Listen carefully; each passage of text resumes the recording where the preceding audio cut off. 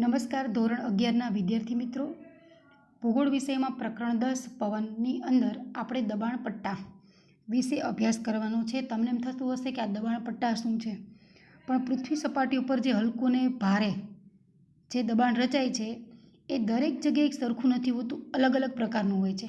એના માટે થઈ અને આ દબાણ પટ્ટા પૃથ્વી સપાટી ઉપર આવેલા છે. હવાના દબાણમાં ફેરફાર લાવનારા પરિબળો. આપણે અગાઉ ચર્ચા કરી કે હવાના દબાણમાં ફેરફાર લાવનારા પરિબળો તાપમાન, ભેજ, ઊંચાઈ એ પરિબળોની અસરને લીધે પૃથ્વીની સપાટી ઉપર જુદા જુદા પ્રદેશો પર હલકું અને ભારે દબાણ ઉદ્ભવે છે. હલકું એટલે લઘુ અને ભારે એટલે ગુરુ. મેં અહીંયા લઘુ અને ગુરુ શબ્દ વાપર્યો છે, એટલે તમારે યાદ રાખવાનું છે. હલકું એટલે લઘુ અને ભારે એટલે ગુરુ. તો હલકું અને ભારે આ દબાણ ઉદ્ભવે છે પૃથ્વી સપાટી ઉપર. આ મેં પૃથ્વીનો ગોળો બનાવ્યો છે તમારા જે આ ચિત્રની અંદર છે. તો આવા હવાના આ દબાણો છે એ પૃથ્વી સપાટી પર કોઈ ચોક્કસ પ્રદેશ પૂરતા જ મર્યાદિત હોય છે. આખા પ્રદેશમાં એક સરખું દબાણ રચાતું નથી, પણ અમુક પ્રદેશ પૂરતું જ આ જે હવાનું દબાણ છે એ મર્યાદિત હોય છે.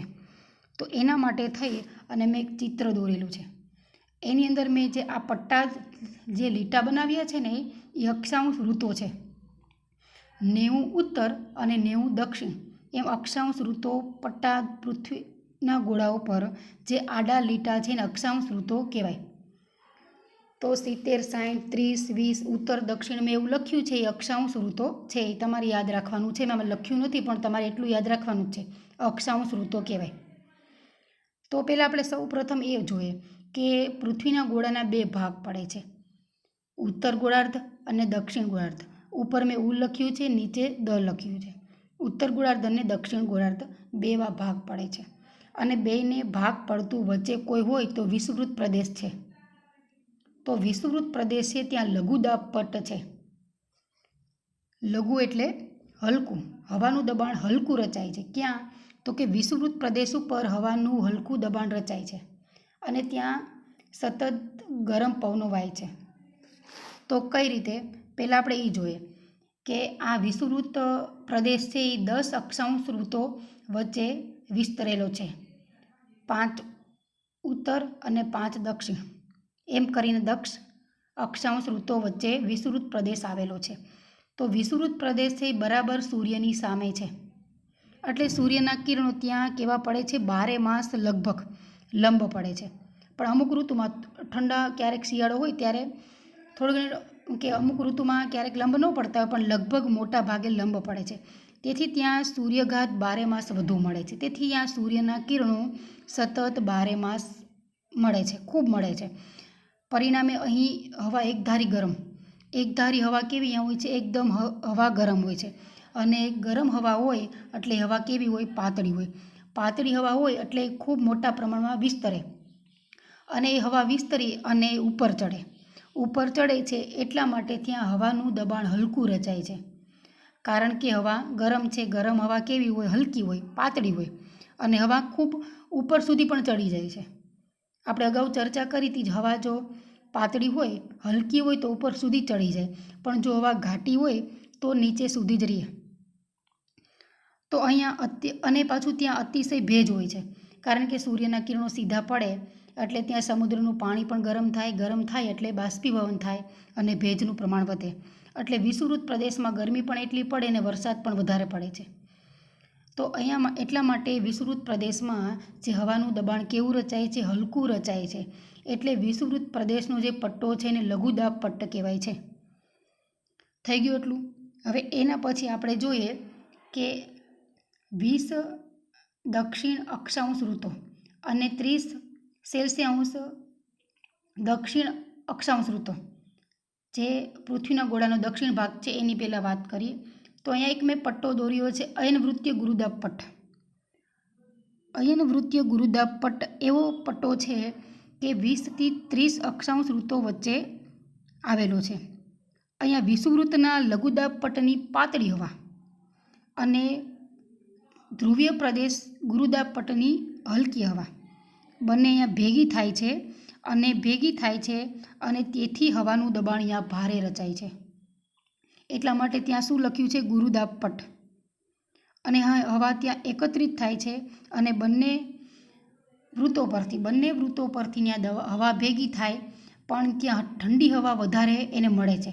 દક્ષિણ ધ્રુવની ઠંડી હવા વધારે મળે છે, એટલા માટે એ પટ્ટો કેવો છે? ગુરુદાબ પટ્ટ છે. એટલે હવા કેવી છે ત્યાં? ગુરુ એટલે ભારે, હવા ભારે છે. એવું જ સેમ ઉત્તર અયનવૃત્તીય ગુરુદાબ પટ્ટમાં છે, જે 30 ઉત્તર અક્ષાંશ વૃત્તો અને 20 ઉત્તર અક્ષાંશ વૃત્તો વચ્ચે આ પટ્ટો આવેલો છે. એ કર્કવૃત્ત પણ ત્યાંથી પસાર થાય છે અને અહીંયાથી મકરવૃત્ત પસાર થાય છે.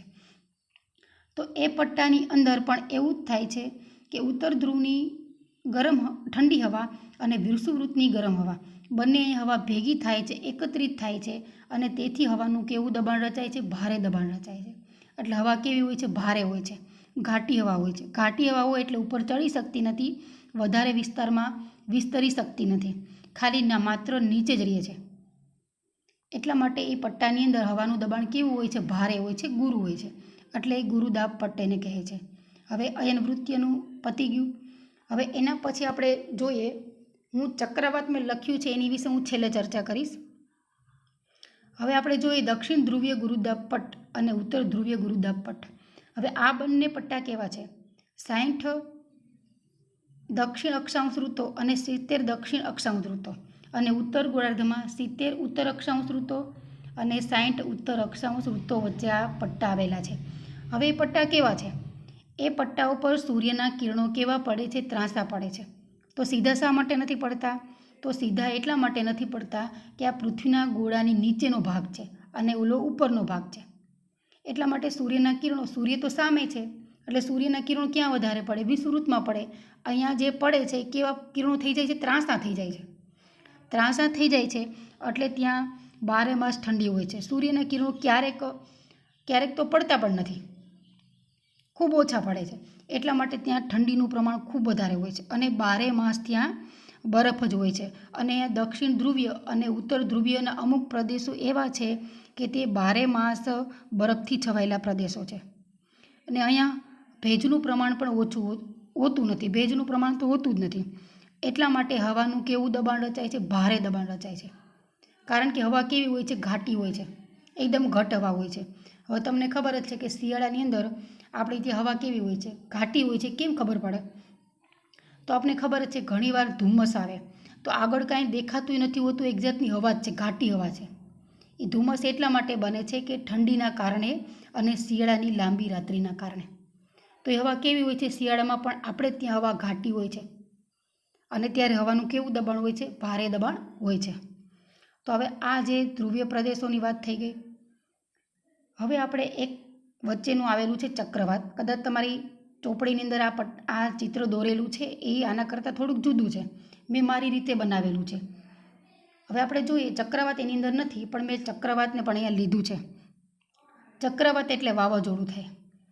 તો વાવાઝોડું કઈ રીતે થાય ને એની પણ ડિટેલમાં આપણે ચર્ચા કરવાની છે, પણ થોડુંક તમને હું સમજાવી દઉં કે આ જે ધ્રુવીય વૃત્તીય લઘુદાબ પટ્ટ છે એ આની વચ્ચે આવેલો છે. અયનવૃત્તીય અને ધ્રુવીય પ્રદેશની વચ્ચે એક પટ્ટો આવેલો છે. ત્યાં શું થાય છે કે ઉત્તરમાંથી ઠંડા પવનો અને વિષુવવૃત્તના ગરમ પવનો અહીંયા વાય. એના કારણે શું થાય છે કે બે હવા ભેગી થાય, ઠંડી હવા અને ગરમ હવા. એ બંને હવા એકબીજા ઉપર સામસામે પ્રેશર કરે, ખૂબ એકબીજાનું પ્રેશર હોય. બેયનું પ્રેશર સરખું હોય તો એમાંથી ચક્રાવત ઉત્પન્ન થાય. ચક્રાવત એટલે કે વાવાઝોડું ઉત્પન્ન થાય. ત્યાંથી વાવાઝોડાની શરૂઆત થાય. પણ ક્યારે?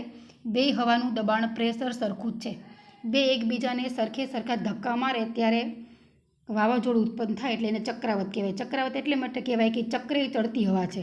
હવા કેવી હોય? ચક્રાવે ચડે, ગોળ ગોળ ચક્રાવે ચડે અને પછી હવાનું પ્રમાણ વધે. પછી આપણે કહીએ ને કે પવનની ગતિ એટલી છે જ્યારે વાવાઝોડું થવાનું હોય ત્યારે, કે એટલાની સ્પીડે પવન ફૂંકાવાનો છે. તો એવી જ રીતે બંને વૃત્તોમાં એવું થાય છે. બંને બાજુ મેં ચક્રાવત એવું લખ્યું છે. પણ જ્યારે એવું થાય કે બંને હવા એકબીજા ઉપર ગરમ અને ઠંડી હવા પ્રેશર કરતી હોય, વિષુવવૃત્ત પ્રદેશની ગરમ હવા, ધ્રુવ પ્રદેશની ઠંડી હવા, બે એકબીજા ઉપર પ્રેશર કરતી હોય, પણ ક્યારેક એવું થાય કે ઠંડી હવા કરતાં ગરમ હવાનું પ્રમાણ વધારે હોય અને જે ગરમ હવા છે એ ઠંડી હવા ઉપર હાવી થઈ જાય, એની ઉપર હાવી થઈ જાય એટલે એના ઉપર એને ધક્કો મારી દે. તો તો એમાંથી ચક્રાવાત ઉત્પન્ન ન થાય, કારણ કે ગરમ હવા વધારે છે એ ઠંડી હવાને ગરમ કરી દે છે. સેમ એજ ગરમ હવાનું થાય, સેમ એજ ઠંડી હવાનું થાય.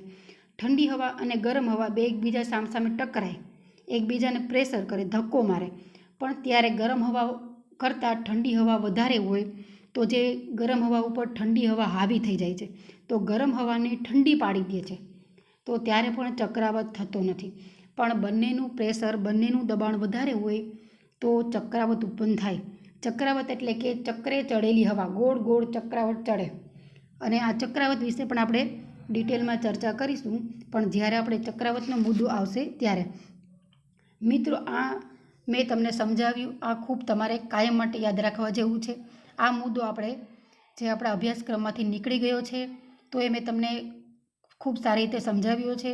જ્યારે આપણે રૂબરૂ મળીશું ત્યારે હું આમથી વધારે તમને સમજાવી, ખૂબ સમજવા જેવું અને ખૂબ મજા આવે એવું છે.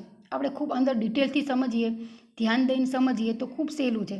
અને આની સાથે આપણે પૃથ્વીના ગોળાની માહિતી પણ મળે કે પૃથ્વીના ગોળા ઉપર કઈ કઈ વસ્તુને કેવી છે. નીચે મકરવૃત્ત છે, ઉપર કર્કવૃત્ત છે, અને વચ્ચે શું છે? વિષુવવૃત્ત છે. અને પૃથ્વીના ગોળાના કેટલા ભાગ પડે છે? તો કે 2, ઉત્તર ગોળાર્ધ અને દક્ષિણ ગોળાર્ધ. તો અહીંયા આપણે આજનો લેક્ચર આપણે અહીંયા પૂરો કરીએ છીએ. Thank you.